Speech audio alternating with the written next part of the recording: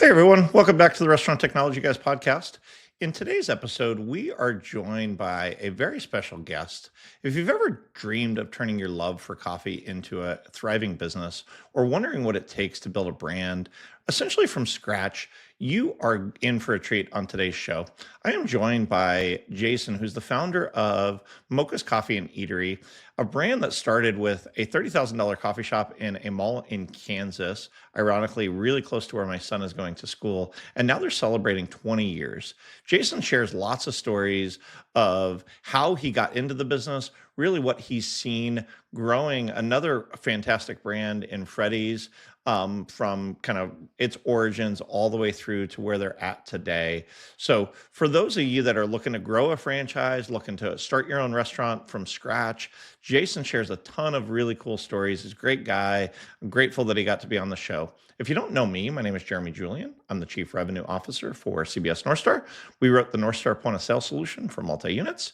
Please check us out at cbsnorthstar.com. And now, on to the episode. Welcome back to the Restaurant Technology Guys podcast. I thank everyone out there for joining. Like I like to say on every one of these episodes, I know you guys got lots of choices, and it feels like there's a new podcast, new YouTube channel, new everything every week. So I'm grateful for our listeners out there. Today, I am joined by a founder of a couple of different brands, or I guess I know at least one brand, as well as an operator. And so I'm excited to have Jason kind of share a little bit of his backstory. He and I were able to catch up on the show before I hit record. But Jason, why don't you introduce yourself to our listeners, and then we can talk a little bit about your professional progression, and then what the topic is for today, which is the new brand that you guys are trying to explode onto the scene. Sure. Jason Ingermanson, President CEO of Mokas Coffee and Eatery, and also CEO of the parent company, JRI Hospitality. Going into a little bit of how I got started briefly is just in early 2000s, I was finishing up my career working for other franchisees of other concepts, had a lot of experience with a couple well-known concepts at the time, and was just ready to go out and do my own thing. Always grew up having a passion for coffee.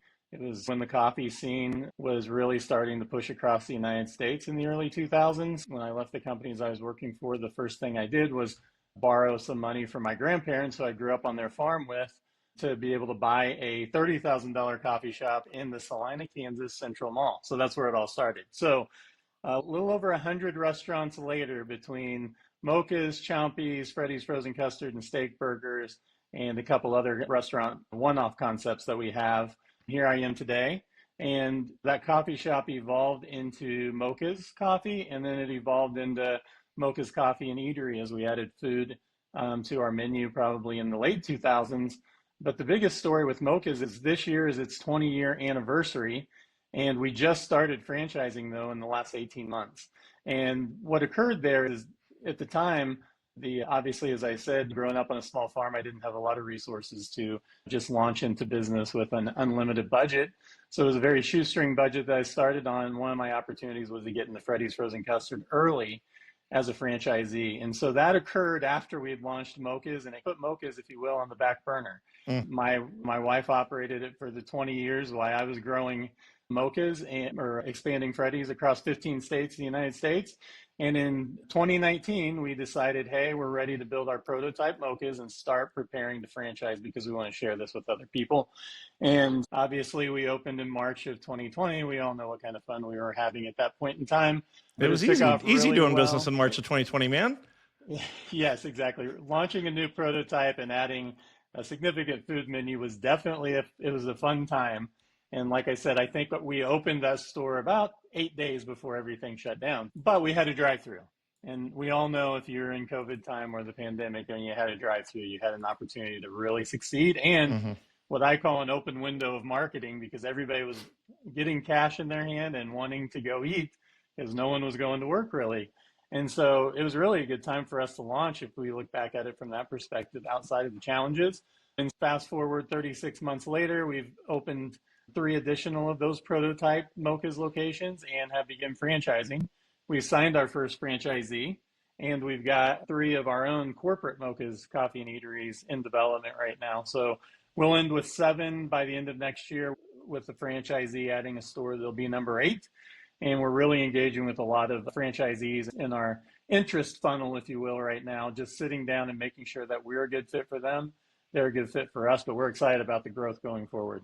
I love that. And I know you and I talked, Jason, about the lessons you guys have learned. And so I know we'll get into that. But for those that have not been to a Mokas, I guess walk us through it, because you've got everything from a Dutch Bros, which is a A-frame, 99% drive-through, to the third place Starbucks that kind of got dubbed, and everywhere in between. My brother used to be a barista up in the Bay Area in San Francisco, and coffee shops in the Bay Area are very different than any other coffee shops I've been to or in Seattle. For those that aren't familiar with Mokas, I personally am not. I'd love to have you walk through what kind of makes Mokas, before the eatery part, and I'd love to talk food here as well and why that came about, but what makes it unique? What makes it different? Talk to me a little bit about the brand and what you can expect if you choose to participate and go get your coffee there. Absolutely. We design our brands very comforting for our guests, a place where meetings can occur, from a business meeting to I've seen a date occur at a couple of our stores, and now they're married, and those are good stories. To be honest with you, the most important thing I think before we get into product is that Mokas is about connection. Even when we first started it, if you look at our logo, it's two upside down coffee cups that make an M, or if you look at it, it's two heads in conversation.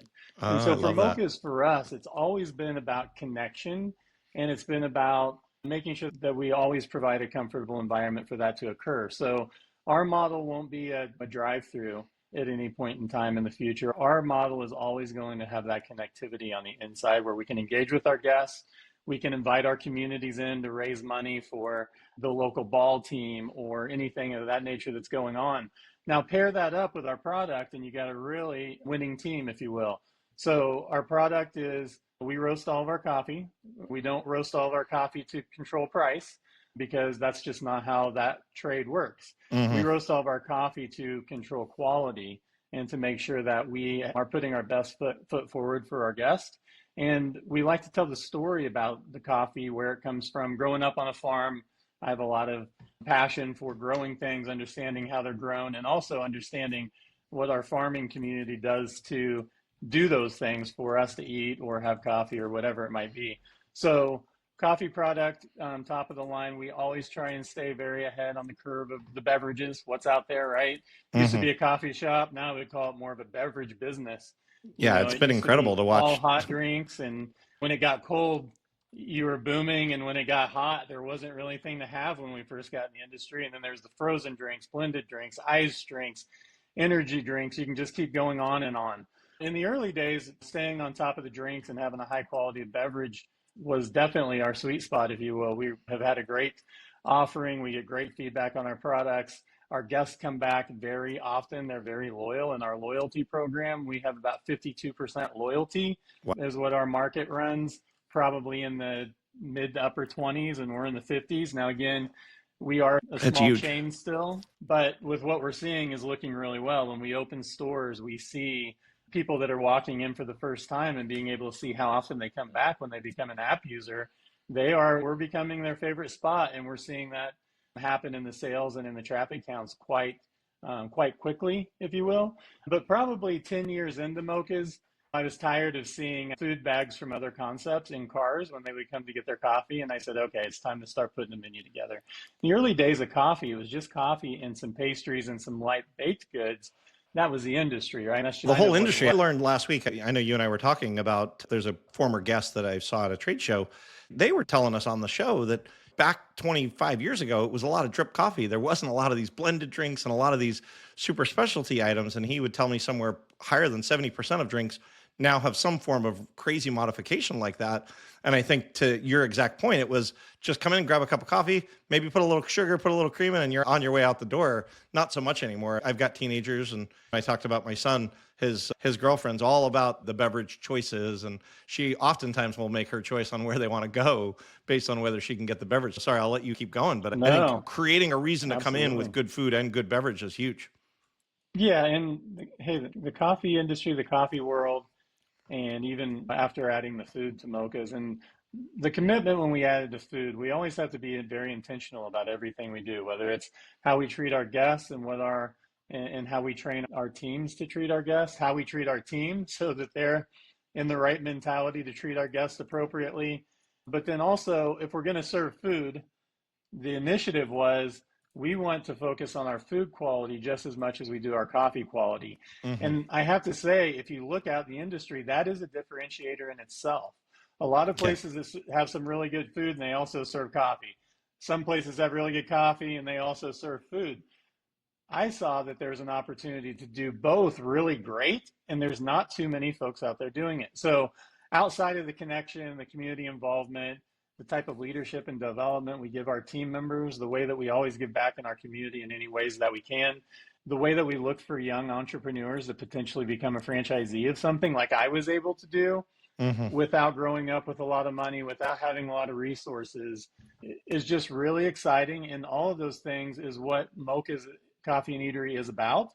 And we're just so darn excited that we're finally at a point where it gets to grow. And I'm telling you, our guests are loving it and our team members are staying with us. We have a very low turnover rate compared to the rest of the industry. Now, of course, our listeners will say you've got 4 locations, and that's true. But let me Hmm. tell you, I've been in the industry long enough. It doesn't matter if you have 1 or 500. If you do the right things the right way, those numbers will continue to carry. Just don't lose your way. A lot Hmm. of times when things grow, they lose their way, they change, they look at different things. And to me, I always want to step back and look at the most important things that we always looked at, but then also be ready to adapt because of the way the world says that you need to. But when it comes to quality, cleanliness, and guest hospitality, those things should never change. Those are the pillars that should always drive us forward in any restaurant business or any hospitality business that we're in. And so that's what we stand for. And I'd love for you to follow up on those questions based off of maybe some things that I didn't answer that you were hoping to hear. Yeah, no, and I love that thought. Again, I was just sharing that I was at a tech conference, and it's like technology, and our longtime listeners hear this all the time. Technology for technology's sake is not doesn't matter. It's does it make the guest experience better? Does it make the staff members experience better? Because if it doesn't do those two things, none of it matters. And so I love that you guys are focused on having great quality food, a great place for your team members to work, and really just at the end of the day, your guests continue to come back. And so I love that idea. What would you attribute? You alluded to it, Jason, but I think there's this magical idea of loyal guests coming back. And obviously, at a Freddy's, it's a different experience than at a Mocha's. Coffee is one of those things that if you're a coffee drinker, you pretty much drink coffee 7 days a week, whether you want to or not. Whereas you don't have to have a cheeseburger or a hot dog or a grilled cheese every day. Tell me what your thoughts are on how you guys even considered thinking about loyalty, because the numbers that you just shared are through the roof as far as comparative numbers to what the rest of the industry is. And I think so many people would love to get there. And even in the better beverage concepts, most people aren't where you guys are at. So how do you guys think about that? And how do you guys even manage it, again, at 4 locations as you guys start to scale? Yeah, it's always making sure that we know what we stand for and who we are in every decision we make. We have 2 things that are very important to me. One is when I first started in business, I didn't even write this down, but I had 5 things that were very important. I call them the JRI high five. And then number 2, and JRI, by the way, JRI Hospitality, that is my initials. So that's where it came from. Everybody starts saying Jason's Restaurant. Jason, it's just Jason Richard Ingermanson. It's my initials, plain and simple. My middle name is my dad's first name. But when we talk about it, we have 2 things that we run our funnel through. It's our JRI high five about how do we look at things in business for our guests and our team members first. And we know if we do things in that regard that we're going to be successful. It works out that way. Hmm. People will argue, but it's not as difficult. A It's lot of not people nearly just as hard add as too everybody many makes it out to layers be. and they make it complicated. And the goal is to make it simple. And everybody wants to say, hey, we need a new system. And I say, we need to remove distractions. Hmm. Most of the time, we have the systems we need. We're not using them appropriately. So someone thinks we need to come up with a new one. So I have the motto that says, number 1, we're going to funnel all of our decisions we make through our JRI high five. Number 2, we have our core values. And our core values are another place we funnel things through.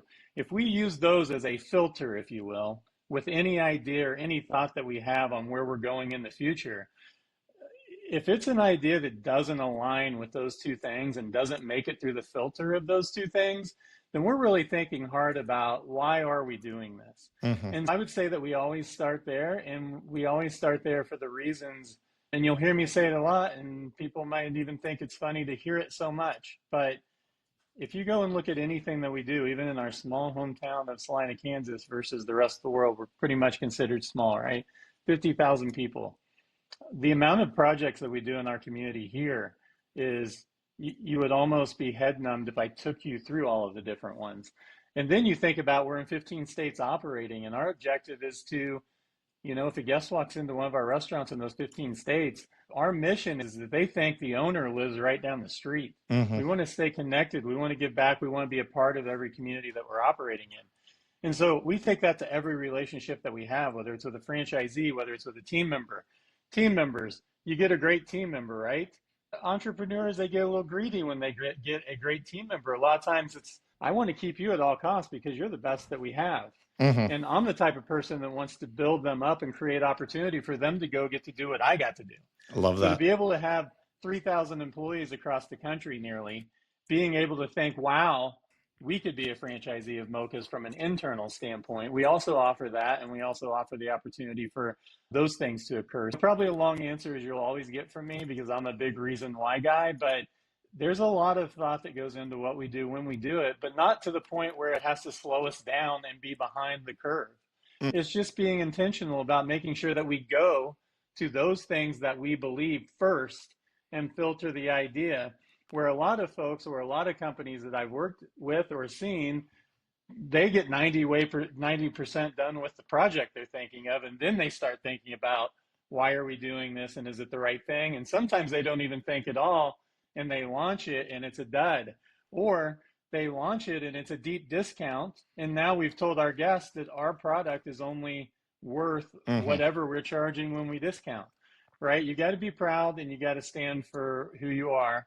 And I think guests respect that, and they don't mind paying for quality when they can trust that you're going through these processes to make the best decision possible to deliver what we promise. And I think it obviously it resonates with your guests to the point that you guys are hitting those numbers. What percentage of the food mix is food versus beverage? You guys started as a coffee house, you guys added Eatery. I'm assuming a breakfast sandwich is probably from a price point a little bit higher than a drip cup of coffee. But if you look at the mix, is it 50-50? Is Mm-hmm. it 70-30? Where does it come out? Yeah, I would say some of our stores are 60-40 food to coffee and or beverage, and some of our stores are 60-40 Beverage beverage 60. to food. And so if Okay. you take the 4 locations and probably our anticipation of where we'll land, is you're exactly right. We're probably right about 50-50. And but the thing that's interesting is that, man, if you can be 50-50 on food and coffee, it really tells you are delivering the things that you're trying to in regards to quality. Mm. But the other thing I'll tell you is we crack every egg when we make a breakfast sandwich. We are not doing any of this heating egg things up or baking eggs and utilizing products like that. We use the best coffee, we use the best product when it comes to our food, and we're never going to change that. I love that. And I love that really you're creating an environment where both the staff members want to be there and the guests want to be there. Because you went down the path of JRI, where does Mokas come from? Is that your wife's name? Is that wife's No, maiden name? You just picked something there. Love to hear the no. story of the inception of that. So a friend of mine helped me with that, but in the early days, my friend and I were actually not only was I running coffee shops and coffee houses, but we also had done a beverage distribution company. Okay. And so we would go out and help other small coffee shops start their business. In the early 2000s, everybody wanted to open a coffee shop. It was a time where Starbucks was coming into the United States and really introducing across the country, not just on the West Coast, what this coffee craze was all about. Hmm. And so when that happened, everybody was so excited about the beverage that everyone wanted to open these. So we saw an opportunity to help folks open their own business. And then we would become their distributor of their coffee syrups, their powders for frozen drink mix, their recipes. And we'd go in and train their staff out and help open their business through consulting. And then we would be their distributor. And so Missouri, Oklahoma, and Kansas were the areas that we probably had the most locations in. And we wanted to come up with a cool name that resonated with people. And of course, there's the Mocha coffee drink, Mocha. And so we're in Missouri, Oklahoma, and Kansas. I'm like So reading it on put your that shirt going, together, and ah. yeah, so that's exactly where Mochas came from. It's supposed to be short, it's supposed to be catchy, it's supposed to be fun.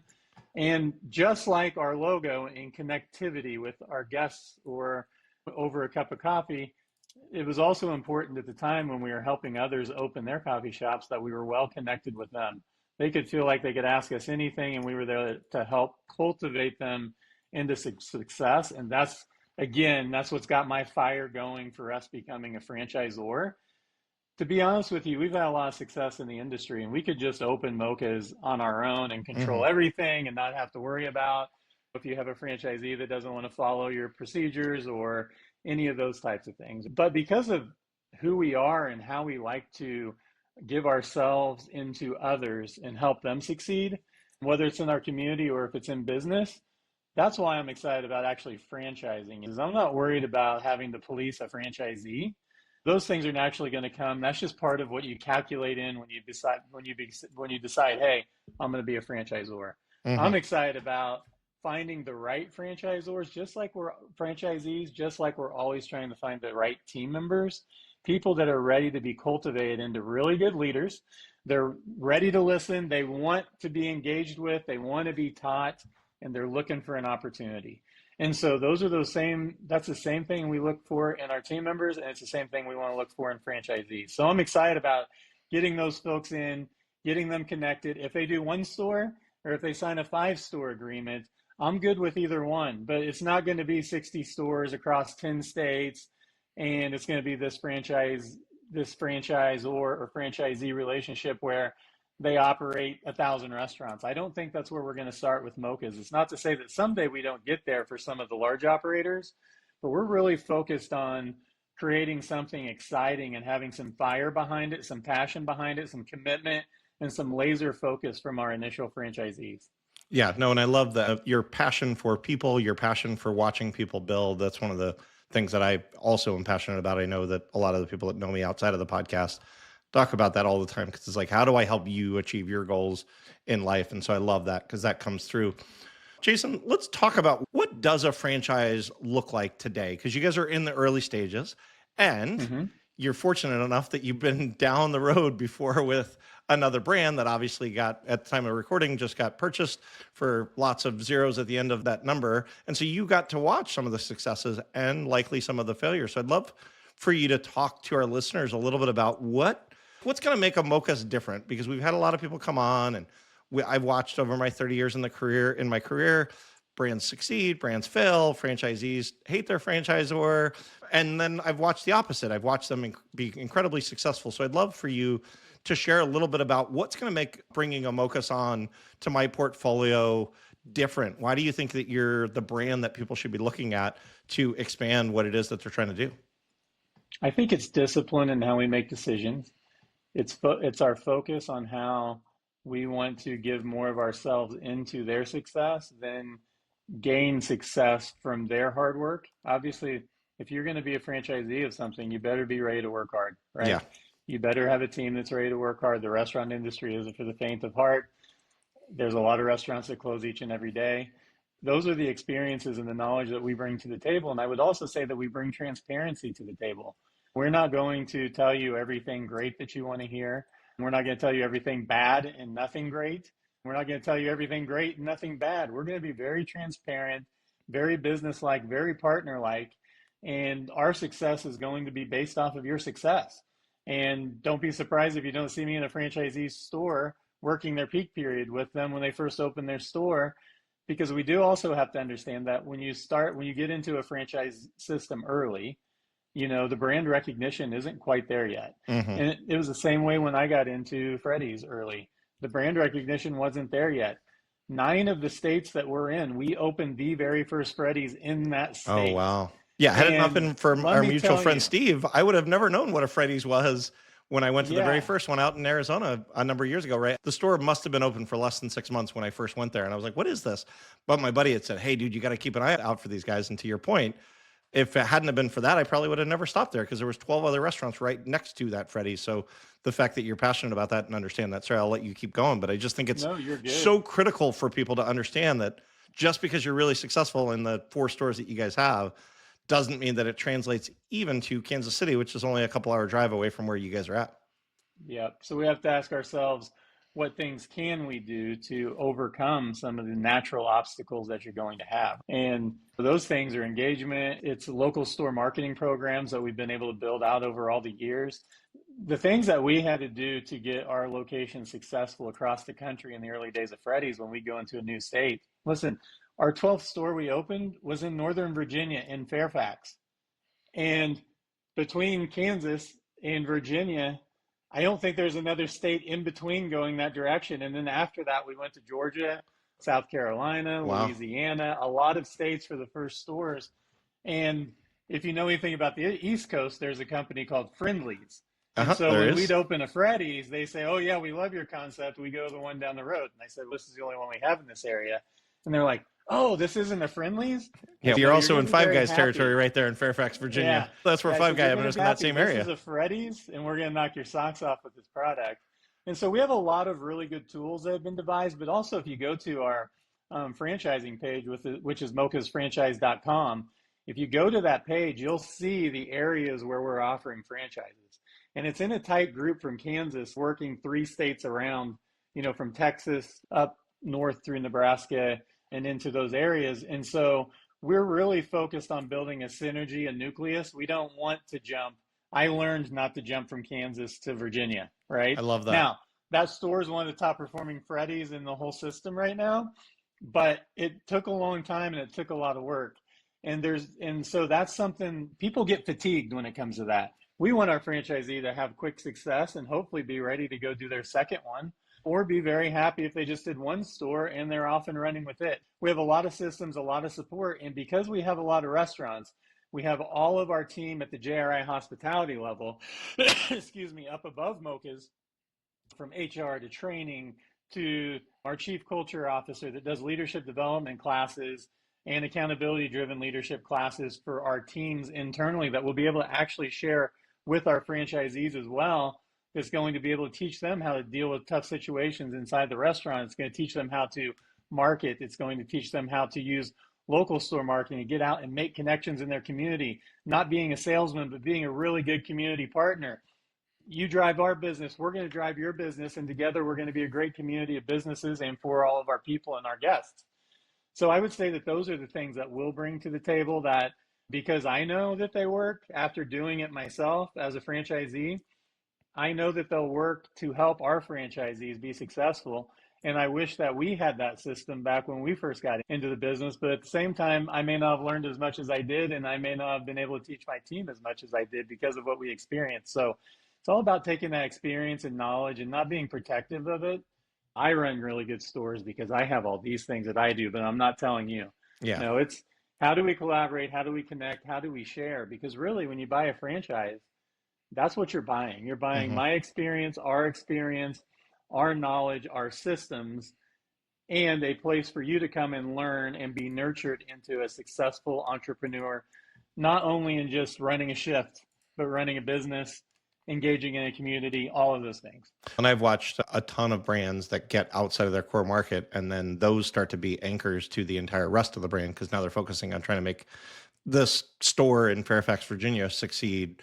And it comes at the expense of the stores that were operating really well. So I love that you guys are staying somewhat local, Texas, It Oklahoma, goes back Kansas. to that world, anticipate and what could be a distraction and remove it. Yep. That way we're off and running and doing the good things every day. And anchors will drag you down emotionally, physically, monetarily, all of those things. We want to avoid those at all costs. And you can never overcompensate for a bad location. Yep. And so having our development team that's been in 15 states over the years looking for sites to be successful at the franchisees disposal to use is phenomenal. So we're really a 4-unit franchise that's got 100-unit experience Hmm. and a lot of years of it. So we're not as small if you think about the knowledge and the value we bring to a potential franchisee. Yeah. And I love that you guys are going to bring that and then truly make Mocha successful because of it. Jason, I'd love for you to talk a little bit about what you guys consider local store marketing. A lot of brands come on the show and you got to get in the local community. You got to do this. Right. But then you watch it and it doesn't actually succeed. So I'd love for you to talk through what have you found to be successful? Yeah, it's connection. It's getting our product in our community's faces. But doing it for the right reasons, not because I'm going to get a sale out of it. That Hmm. may occur, but that should be the result of the reason why you're doing something, not the reason you're doing something, right? Everything's got to be intentional, like we talked about earlier. We go out into our communities to engage, to reward fire departments for what they do for us, to reward police departments what they do for us, to connect with veteran groups in the community to say thank you. So we're out in the community and we call the term that everybody uses to be consistent is local store marketing.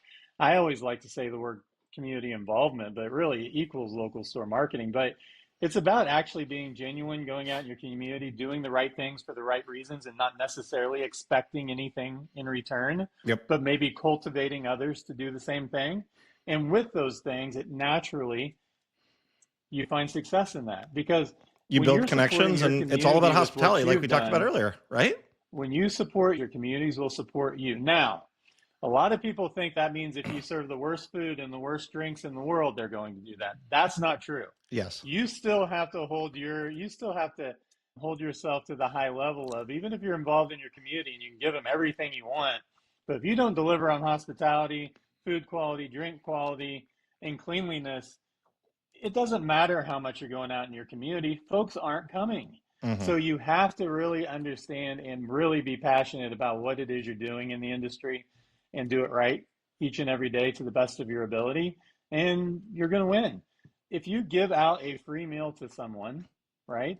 A Hmm. complimentary meal to them to come into your restaurant, you know what? They're still expecting the same result as if they paid for it.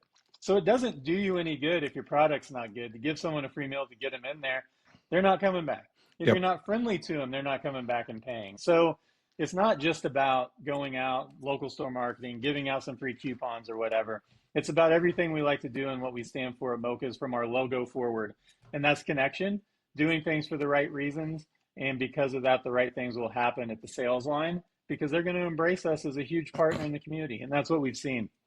And I, based on what you've shared thus far, I'm suspecting that as you guys get out into these franchisees, you're going to expect them to spend some percentage of their time doing this, which ultimately is net. It's a leading indicator of what success is going to look like for that store in the community. And Jason, earlier you shared the website, but talk me through what the process looks like. If I'm interested and I go to the website and I figure something Sure. else out, hey, I want to do a Mokas. I love what Jason had to say. I'm a huge fan of this and I want to go there. What does that look like, and what can they expect as a potential entrepreneur, as you said, that's interested? Sure. As you can imagine, when you get into franchising, there is some legal things there. So it does feel a little bit business-like right from the get-go. So the important part is to watch these podcasts and watch our communications and what we do, and not get, I guess, turned off from some of the things that are just a natural process. Obviously, there's a requirement from a financial standpoint. There's a requirement from a franchise disclosure document signature before we can really talk about things, and there's a process you go through. So if you went to the website, which is mokasfranchise.com, it's going to ask you some basic questions like, what's your net worth, what's your liquidity of your net worth, what percentage of it is liquid. It's going to ask you what territory you might be interested in. If it's not one we're offering, then you can type in which one you may be interested in case we open it up to franchisees in the future. We still want to stay connected. If someone has interest, we want to stay connected. Maybe they're not a franchisee next year. Maybe they're a franchisee 5 years when we get to Florida or wherever it may be that we're going to grow to. And so, number one, go there and put that information in, because that puts you on our radar to reach out and have a personable conversation and walk you through the things that you need to know. And just have a quick conversation that's probably going to answer some really important questions. It's going to really understand it. Do we need to continue to go further? You know what I Hmm. mean? We don't want to kick tires. We don't want people to kick tires. We don't want them to feel marketed to. If you say I'm not interested, I'm not going to keep sending you 20 things in the email. If you say you're interested and you want to stay up to date, of course we're going to oblige and send you the information that you ask for. So that's a process, but the real fun process is after that. Once you get through the technical part of the process, you get to come to Discovery Day in Wichita, Kansas. You get to, and think about Wichita, Kansas, incubator for franchises that have grown into multi-state businesses. Pizza Hut, Freddy's, Rent-A-Center, lots of others that have started in Wichita, Kansas. So we're Which excited is so about where weird we're to me, at but even. cool at the same Yes, time. yeah, exactly. So you get to come to Wichita, Kansas, where you get to see all of these things happen and all of this success happen over the years, and you're thinking, wow, could this be the next one? It's happened before, it can happen again. So you get to come to our office, and we like to call it a Discovery Day, a Mokas Coffee and Eatery Day, where we're going to take you across the street from our office location over into our prototype Mokas restaurant there. We're going to get you a lot of caffeine, a lot of beverages, and a lot of food to try. You're going to be very excited because you get to find we do serve breakfast all day. That's probably one of the biggest excitements when people have interest in Mokas is that, oh, wow, you do breakfast all day. That's awesome. I love breakfast. Hmm. And so that's a big thing that we've found have been interested as potential franchisees have came in. And then we're just going to spend time being real people. And we're going to be very transparent. We're not going to be salesy. We're going to answer the questions that you have. We understand that this is a significant amount of money, a significant investment, a significant change potentially for your family.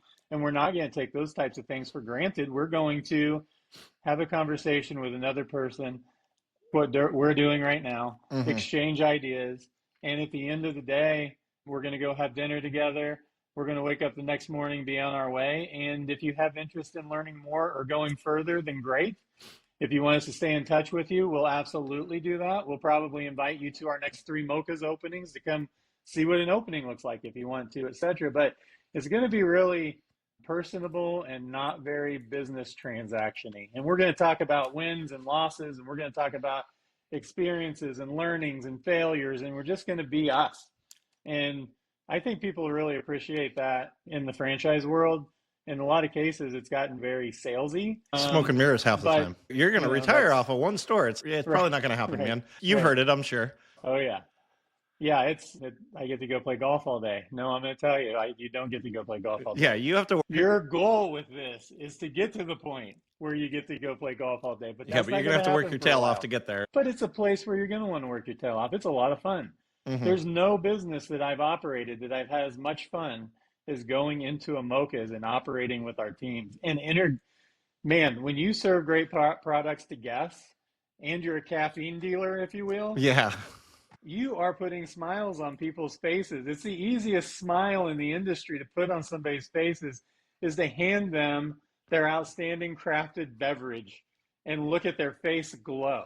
I can See you tell from the tomorrow. website you guys have got some So, pretty amazing food from that perspective too, especially if you guys are making it all in house. yep, absolutely. Excuse me. So, Jason, are you looking for master franchisees? You talked a little bit ago about not looking for this huge franchise group. And again, I'd love to help whittle down the amount of web traffic, but also drive the right people there. You're looking for Sure. entrepreneurial people that are looking to build a brand in a region kind of thing. And currently you're looking for that. But you're not looking for somebody that operates 1,000 restaurants currently to come take Mokas and do that at this point. I would anticipate that we probably wouldn't leave a discovery day making a deal with something that would be a huge group all at once because it's in an incubator right now. It's in that phase of growing and really making sure that whoever is going to sign on understands who we are. They Who need we to are understand the has to culture become so that who they can they be are successful. and how it portrays. And so I won't say don't reach out if you're a large franchisee of another brand and you want to add another concept to your portfolio because I'd love to have the conversation because never say never, right? Hmm. I have a rule, say yes until you have to say no. And even having a connection or a meeting with someone, even if you knew before you went into it, nothing's going to happen here, I've got some of the best friends that I have in the world out of those types of meetings. Yeah, that you So get to go play just golf because of six the days a people week we with are, because you got so right? successful. I'm teasing, obviously. That's right. So I wouldn't say that we're going to say no to anyone off the bat. We'll say yes until we have to say no. I would just anticipate that's probably not going to be our model over the next 3 to 4 years. After that, we'll have to reassess and see how things are going. But I won't say never. I'll just say that I don't see that as being our model right now. And the master franchise thing, I believe we're definitely too early for that. I would see doing that in another country, not probably in the United States anywhere. So think of master franchisee in Canada Yep. or another country, something like that is probably where I would see that occur first, and definitely a few years down the road. That makes sense. I know you alluded to or you said it earlier. How do people get in touch? How do people learn more? I know you guys have got a specific website outside of kind of learning about the product and the food, mokususa.com, but then, or Mokas Coffee and Eatery.com, I think it is. But then you've got your franchise site. So why don't you reshare that for those that got to this point in the show and want to learn more? Yeah, mokususa.com is where you want to go to see all the fun stuff we do, all the beverages, all the food, all the menu, where our locations are. And that's where I would start first, because if you don't like what you see there, there's no reason to go to the franchise page. Yep. And then next, after you see all those things and your mouth's watering every time you see them, and you're like, okay, if my mouth's watering, it's got to be a success. So let me reach out about franchising. Then I would say go to mokasfranchise.com. And that's also going to have some fun pictures there of food and limited time offers and menu and some of the things we do. But it's also going to talk about the systems that we bring to the table, the experience we have that we bring to the table. And it's going to break down some of the commonly asked questions that a potential franchisee may have. And then, like I said, there's a form there to fill out and get in contact with us. And I know as soon as you hit the send button, I've got wonderful people on the other end ready to make a connection and really get to know who we're talking to in a very family, personal way and take it from there. I love that. And Jason, thank you for creating this. Again, obviously you could have, as you said, you could not be sharing this with the world, but the fact that you're going through the hard work, because probably would be easier just to slow grow it yourself. But finding the right franchisees and picking them and helping them to be successful, I love that passion for people, and I love that you were able to share the story. So, how do people get in touch with you personally? Are you accessible? Is there a place that you would want people to connect with you offline? Yep, you can either go to my LinkedIn page, Jason Ingermanson. You can go to our website, jriusa.com, and hit contact us. If you go to my LinkedIn page, my email address, contact information is there. So feel free to reach out. Love to talk to anybody that's interested in any of the things that we do. We also own and operate a country club here in Salina as one of our community projects, and that's been a fun project. We just opened a Prohibition era speakeasy called M1918. Oh, very And cool. that's been fun. So if it comes to hospitality and putting smiles on people's faces, and anybody out there is interested in that, reach out. We probably have a position for you, or maybe we have a franchise model for you that will take you to where you want to go in your life. Thanks for sharing that, and I will definitely give you a ring when I'm heading up to go see my kid 40 minutes north of you in college, because as you and I talked about, if you're in town, I'll swing by and say hello. Yes, so that'd be a lot of fun. Awesome. Jason, thanks for sharing your story to our listeners, guys. Like I say at the onset, you guys have got lots of choices, so thanks for hanging out, and make it a great day.